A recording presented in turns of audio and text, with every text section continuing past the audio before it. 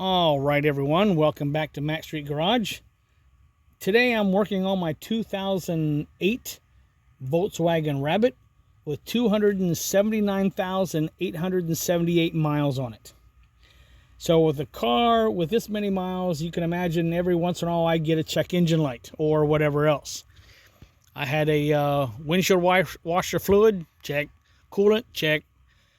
Took care of that. Oil, put the oil in. Then I had the service brakes now. I've checked all of the pads. The pads are good.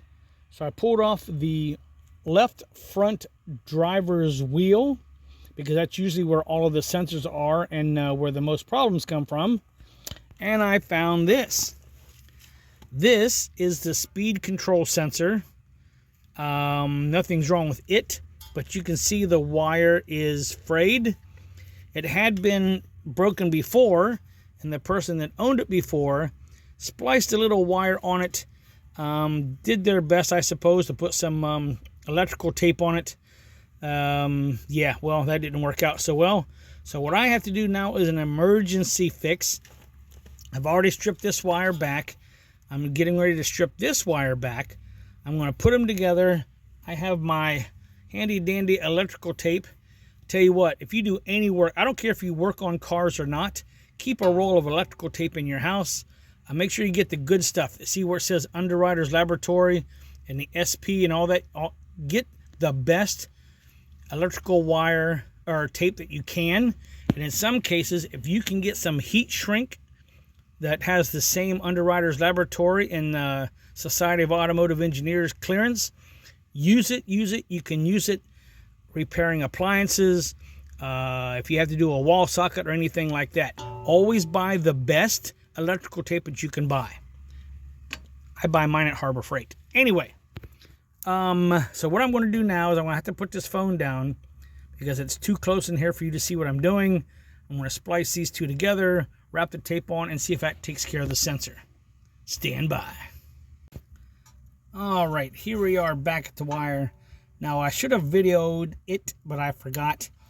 When you have two wires like this, something that I like to do, I like to take, once the first wire is spliced together, I'll wrap a piece of electrical tape around that, and then I wrap electrical tape around everything else. This way, there's no chance of those two wires mating or matching up and then shorting out. I think I'm going to put just a little bit more electrical tape, start up here and work my way down just to strengthen this joint just a little bit and keep it from possibly shearing off again, and then making sure that the wire is in. Hold on, can you see it? There's a notch. Maybe you can. Oh, where is it? Right there. See that notch right where my finger is? Make sure this wire is tucked into that notch so it doesn't hit against this and tear again. So let me go ahead and put some more electrical tape on it. We'll be right back. I'll turn on the car and see if everything's working. Now here's something to remember, and it's not so important on this one, but you see this plug, how there's a round side? Let me get some sun in there, maybe you can see it. There's a round side and there's a square side. Well, that makes it easier to put things back together. Whenever you don't have a rounded edge or a specific way to go back in, always try to mark, say like right here, or make note of where the words are and where they match up on the other one, where the words are there. All right? So when you put it back together and you can't figure out why you can't get it to work, that might be the problem. Always make sure you get these plugs back in the right position. And as I said, this one, it's easier. It's a round side and a square side. So let's get it back together, put the wheel back on, take it for a road test. Now, something else I just realized, I couldn't quite figure out where this wire would go back into this slot, but there's actually a notch right here where the two wires come together for that notch to go in. And again, one side was rounded and the other side was square. So I had to match the rounded end into that, and the square side is here. So that's another reason why you should pay a little bit more attention.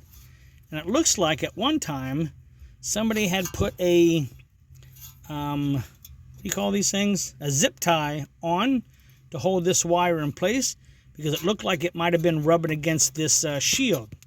So I'm not sure if I want to do that again. That might be why, because when you to do that, It just seems like it won't really hold it in place that well. Plus it makes the wire bend. I don't really want to bend that wire more than it has to. Wow. I don't really want to replace it because, you know, how that costs. Anyway, let's go ahead and get this wheel back on, drive it down the road, see if I took care of that problem. Stand by. Well, so far so good. I have one sensor back here to fix at the back hatch. But with 279,901 miles on it, the speed control light has gone out. Let me drive up the road just a little bit to see if it comes back on. All right, driving down the road. No speed sensor light come on. So I want to consider that fixed. And now I'll figure out why the airbag light is on. So for right now, be good to yourself, be nice to each other, and remember, as Red Green says, if the women don't find you handsome, may they at least find you handy.